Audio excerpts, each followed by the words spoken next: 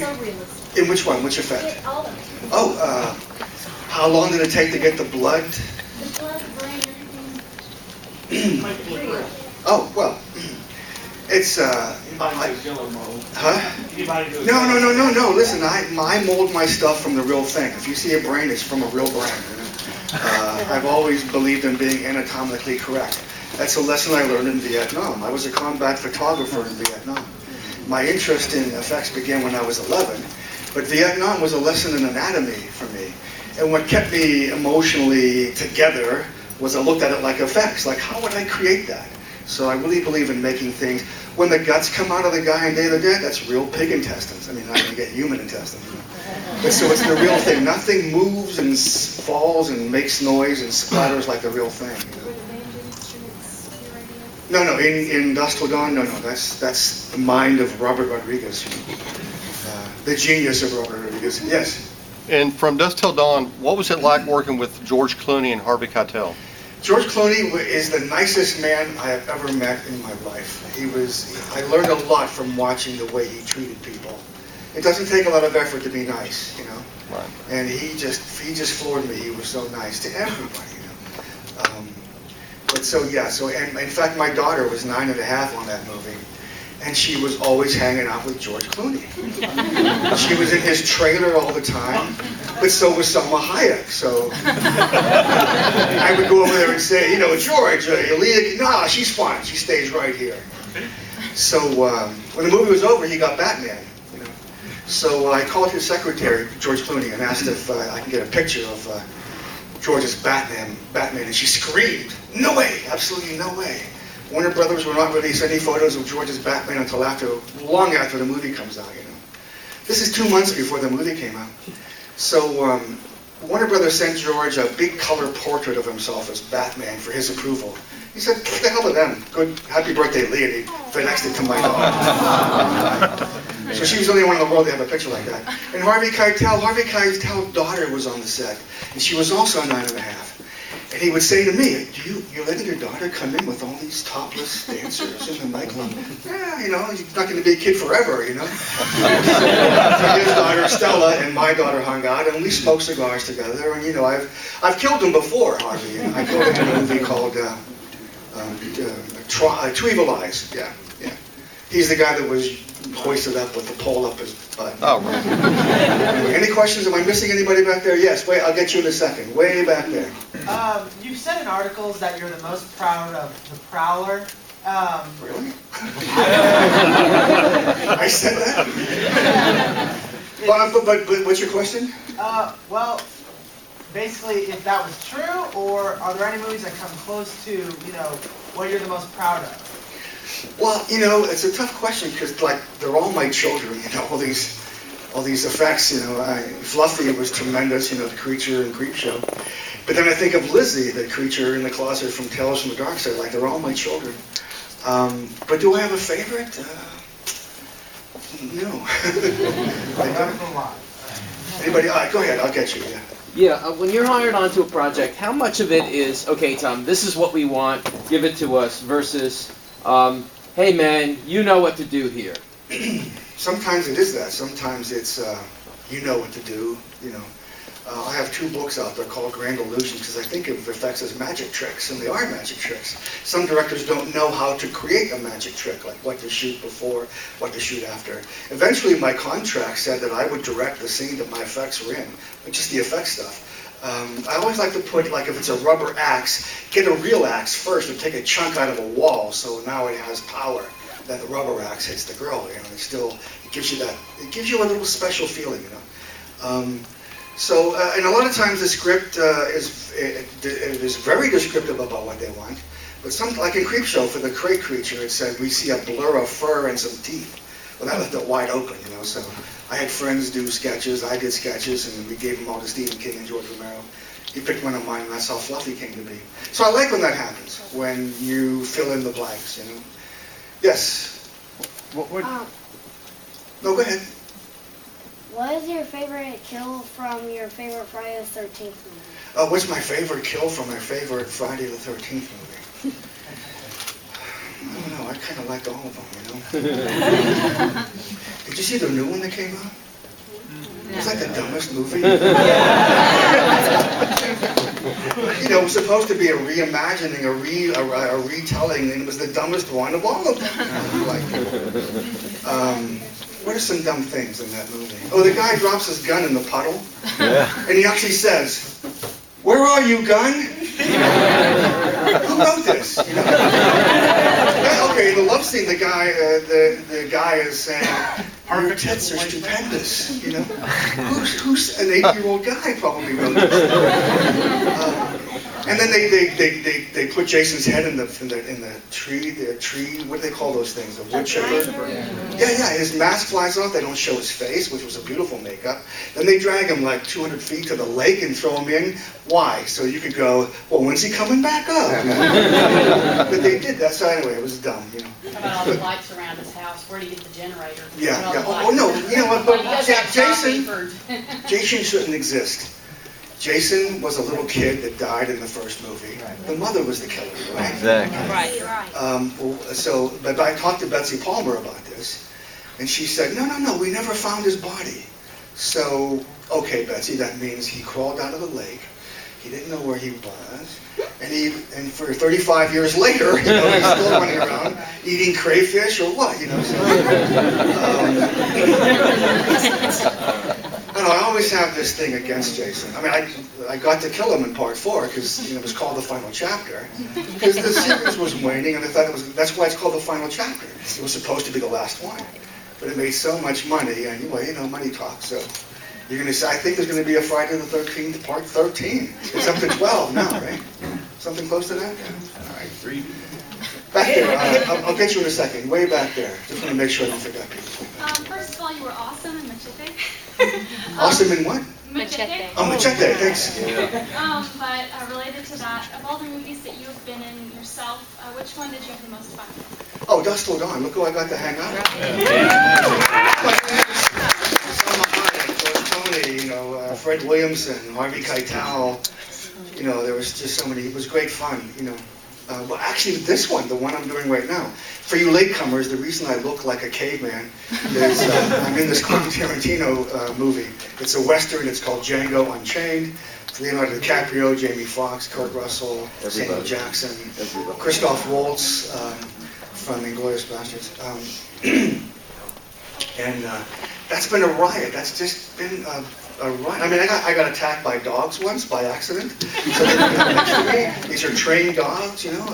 But when the trainer gives them the berserk signal, they attack whatever's in their way. And I happened to be there one day, and it wasn't the teeth. It wasn't the teeth that hurt. It was the pressure from the jaws of that dog. It destroyed tissue in my arm. But aside from that, it's been a blast. So that's been the most fun. Yes. What was one of the biggest challenges in special effects for you? The biggest challenges, especially Creepshow. That was like 5 movies, and it was just me and this kid that did all the effects. You know, no CGI. You know, stuff was happening right in front of them. Yeah, that was probably the biggest. Yes. They missed one of your in the montage. They missed one of your best kills, which is the bayonet scene from The Prowler. Oh, in the head. Yes. You know what? Watch the movie again, because when the knife goes through his head, when it comes out, there's a prophylactic stuck to it. Because the head was filled with rubbers that were filled with blood, you know. Check it out again. I'll have to go back and look at the DVD when I get home, yeah. Go ahead, yeah. When, not so much just you, but other artists that do props like this, when they cut off an arm and you have 2 gallons of blood squirt out, isn't that kind of overdoing it, or is that like... No, did you ever see an arm cut off? Not literally. There's some major arteries in that arm. I mean, I know that you have background... I've seen the real thing. I'm the only makeup artist that has seen the real thing. That's what I'm saying. I know you're the... That's kind of where I was heading around. Yeah. I know that you've done that in Vietnam and stuff like that. Is that literal? I mean, actually... Most of the time when you see an effect in a movie, there's not enough blood, you know. I mean, you are a fountain. If your head went off right now, the blood would shoot about 6 feet in the air from the arteries going up to your head right now. So that's something I haven't ever experienced, which I'm... Well, when I was a kid... Not that I've seen somebody, but way before you were born, Life magazine had a horrible picture of some country. Guy was beheaded and the blood was shot like way up in the air, you know, from his body. So I've always thought that was overdoing. I thought, God, that's way overdoing it. But I don't know because I never. Wait till you see Django. The movie is brutal, you know. If you thought the end of Inglourious Basterds was brutal, wait till you see that. What do you do with all your, do you have a creepy room in your house? No, I do have a Keep all creepy your house. stuff? Ask anybody who's been to my house. It's like my house is a museum. I've collected monsters. Because you don't want to, I don't want to get rid of them. Well, no, I got rid of a lot of stuff over the years, but then, you know, I wish we had stuff from Dawn of the Dead. We were too busy making the movie to collect things and, you know, and take pictures with it, so there's hardly anything from that movie. But the stuff gets valuable. Hollywood Treasures, the TV show, yeah, they're coming to my place soon to look at stuff. You know. Yeah, so there's a few things I'm interested in getting rid of. It's very expensive. It makes a lot of money. Yes? You just mentioned Hollywood Treasures. The Sci-Fi Channel, they got that new show, Monster Man. Anybody watching that? Has anyone ever approached I watched I was on Face Off, no. Yeah, I would much rather watch you and your effects. Has anyone ever approached you to do something like that? Yeah, constantly. But then it just falls to the wayside. Even Face Off was something they approached me in my school about doing, and then they never called back, and all of a sudden there's Face Off, you know. It's happened to quite a few people in the business as far as Face Off goes, with is about to happen and them hiring, and then all of a sudden, oh, we're thinking of something else, we're doing something else with that person. Like Steve Johnson was supposed to be one of the judges, but they got rid of him and put Glenn Hetrick in, you know, so the owner of Optic Nerve. But Monster Man, a lot of the makeup effects guys are pissed off because that show's on the air, okay? Because producers will think you can do stuff in 2 days, you know, but you can't, you know. And his stuff is always like he's like the lowest rung out there. He's becoming a celebrity. No, I know Cleveland, you know, he's a fun guy. But the show itself is pissing us off. You know, Go ahead. What's, I guess, like the cheapest prop that you've been stuck making versus the budget of the movie? Oh, on a budget? Oh. Well, I mean, you know, when I did Friday the 13th, the first one, I only got like $15,000 for the whole movie, which means paying the crew, you know, and buying supplies. You know, all the rubber fireplace pokers, guns, all that stuff. You know, we made all that stuff for nothing. All they wanted out of that movie was a big screen TV, which I got, because the money that was left. And they offered me part 2, and I read the script, and they got Jason running around. And what the fuck? There's no Jason. Oh, no, we're going to change that. You know, of course, they never did. There's Jason. So they did not offer me part 3, but they offered me part 4 because it was the last one. And since I created Jason, I should be the one to kill him. It's like the Frankenstein syndrome. You know? So I asked for an enormous amount of money for that, thinking they're not going to, but they gave it to me. So I got to kill Jason in that one, you know, gloriously. And still didn't work. Huh? It still didn't work. No, but you know, I stopped watching him after part 5. In part 5, the ashtray was Jason. His spirit kept invading. So it became really. In fact, normally when I go to a multiplex cinemas, you know, when my movie's over, I'll sneak into other movies and watch those. So I went from Resident Evil, I think, to Jason X, number 10. And you know, Jason walks into a closet and he comes out as RoboCop. You know, it's like, God, these are still so stupid. Anyway, let's see what happens. Who am I missing? Anybody? Yes. Has Quentin Tarantino said anything about like a new Pulp Fiction? Has Quentin Tarantino said anything about a new Pulp Fiction? Not to me. You mean like a sequel? Yes. Didn't everybody die?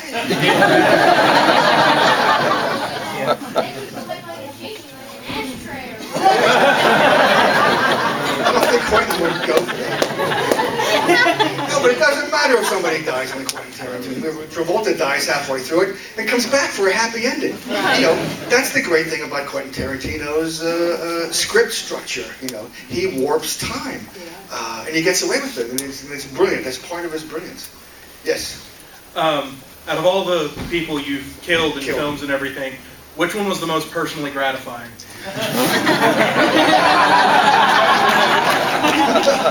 Wow, that's a loaded question. Think about that.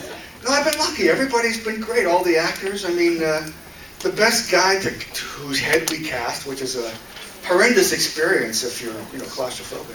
But the best guy was E.G. Marshall. He was like 75. He just okay, get it over with, And the worst was Farley Granger from what was the movie? Prowler. The Prowler. Wasn't it? Not the Prowler. Yeah, the Prowler. Yeah, Farley Granger. He actually started crying under it. He was really, But look, I mean, if you're makeup people, or if you're casting people's heads, or if you're getting your head cast or anything, it takes about 8 people to do it. 2 of them are holding the person's hands. Okay, so they know there's somebody right there. Okay, and one person is constantly talking. It's usually me talking in their ear. Okay, then you play music for them. If they want to go smoke a joint, yeah, go do it. Whatever relaxes you enough. But there has to be music, their favorite music. People holding their hands, somebody constantly talking, so if you stop breathing, someone's there, right away, And then the people doing the work, so my makeup effects lesson in 5 minutes. Yes. What made you decide to have Jason a monologue? Jason looked like a guy that I saw in my neighborhood when I was a kid.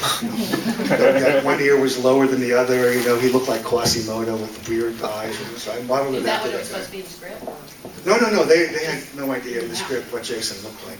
In fact, the whole ending, they had no ending for the first one. I created the idea of Jason jumping out of the lake, and I suggested that to them, and they said, no, Jason's dead. Make it a dream. So you show, it was a whole TV series, wasn't it? Dallas, where JR comes out of the shower or something. The whole season was a dream, okay? So I said, well, if you show something like that, you can get away with anything, as long as it's a dream. The audience accepts it, so. And even in part 4, they didn't have an ending for the killing of Jason. My idea was, in part 4, Corey Feldman was this little amateur scientist with makeup effects and stuff, I wanted him to take a microwave oven apart and put a reflector behind a microwave shooter and, melt on a scale of 1 to 10 on his Variac, go to 1 and melt a toy soldier.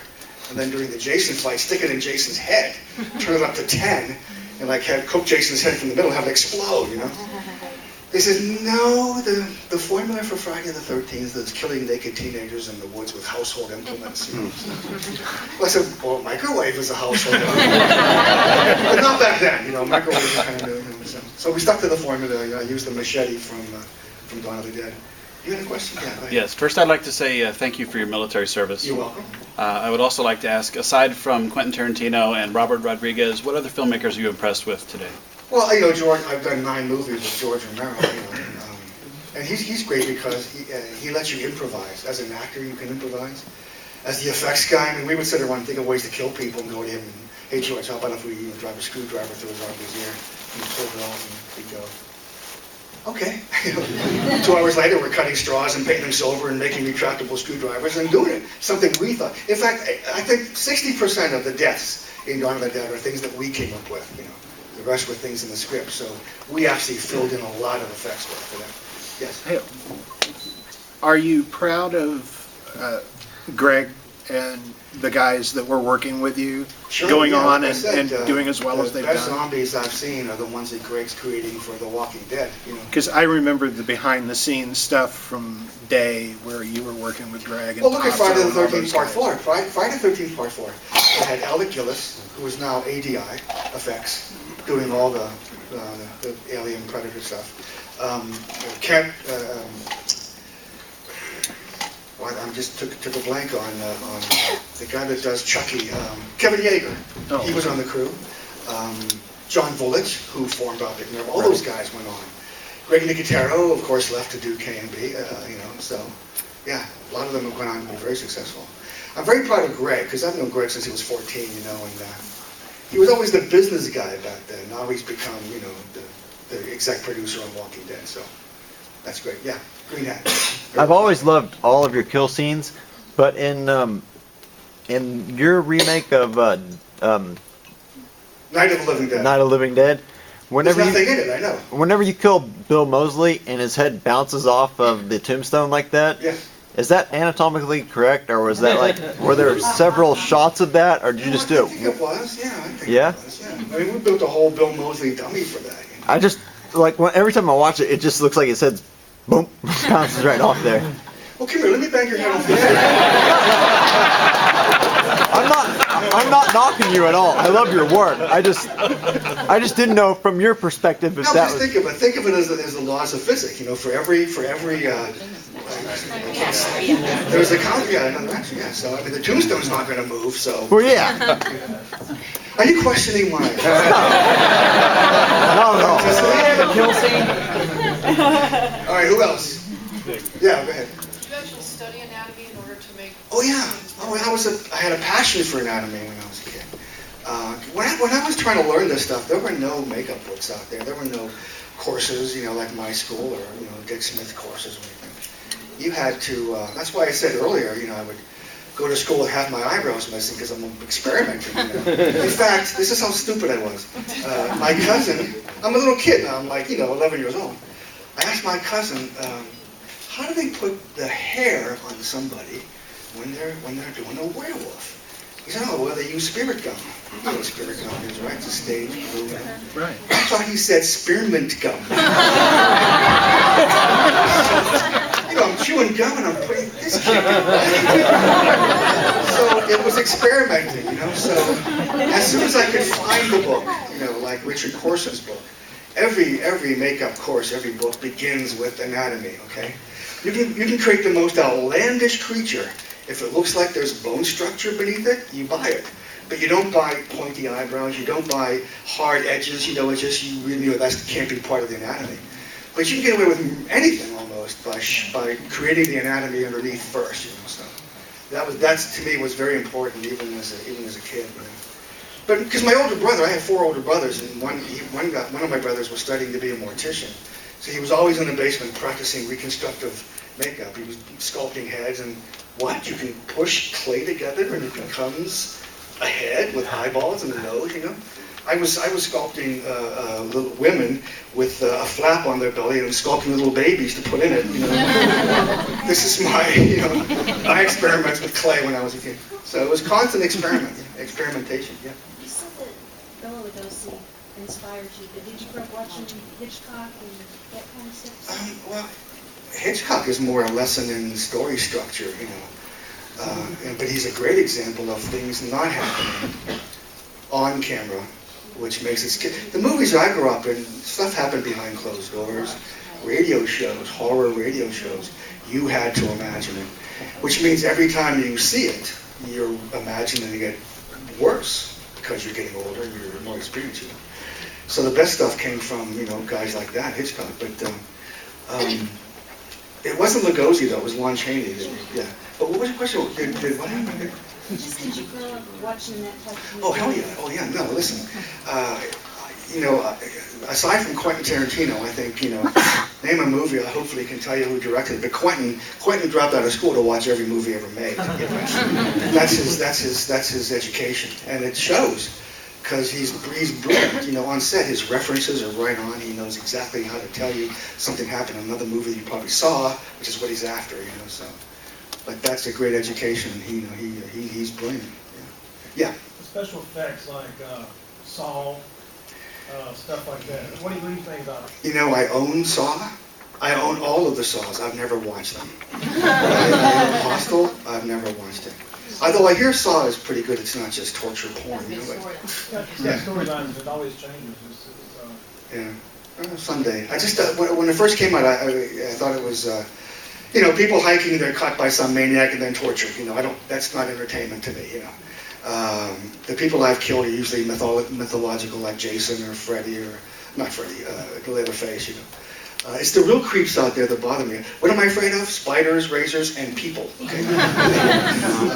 The people are the scariest thing to me out there. And I know some really crazy ones, okay? And that's why. Yeah.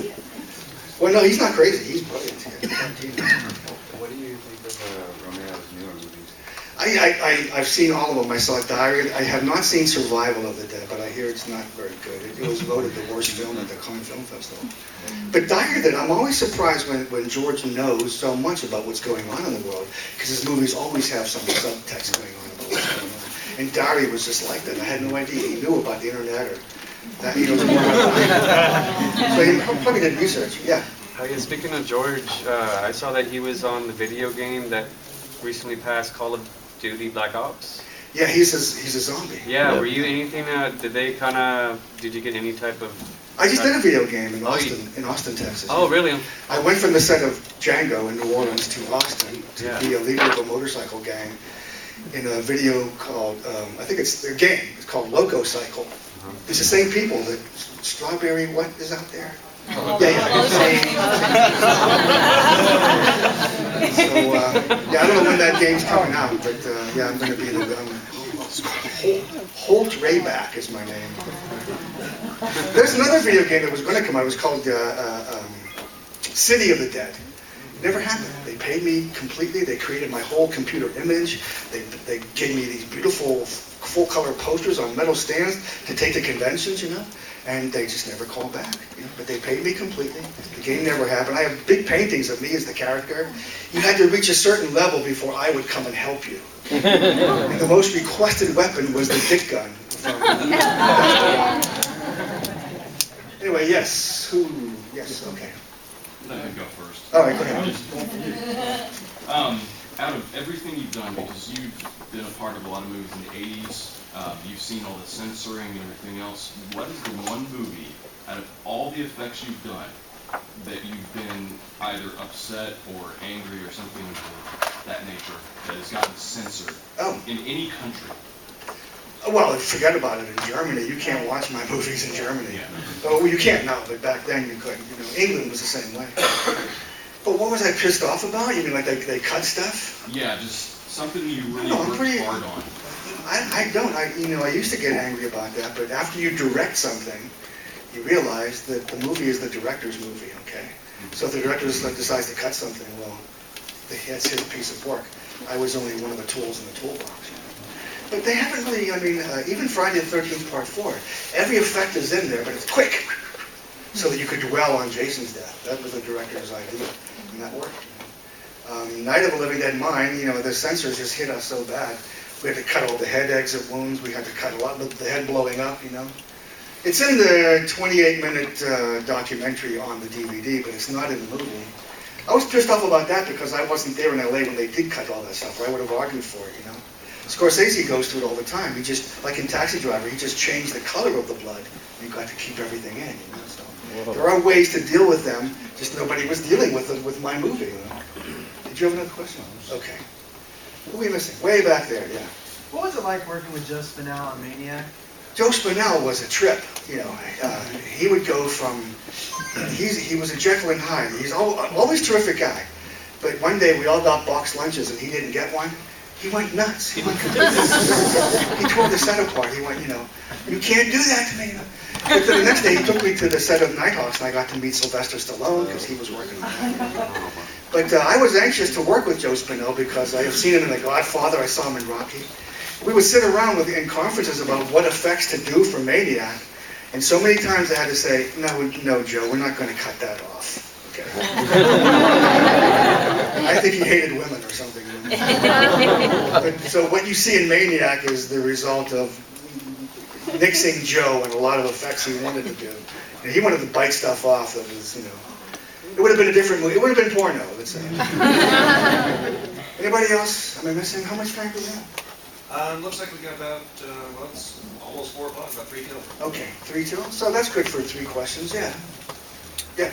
Yeah, I was talking to Tony Todd earlier, and apparently, years in works, there's been I don't know if it's called Planet of the Dead. It's based off a comic book. He said sounds like a Jack Russo thing. Okay, I didn't know if you were involved.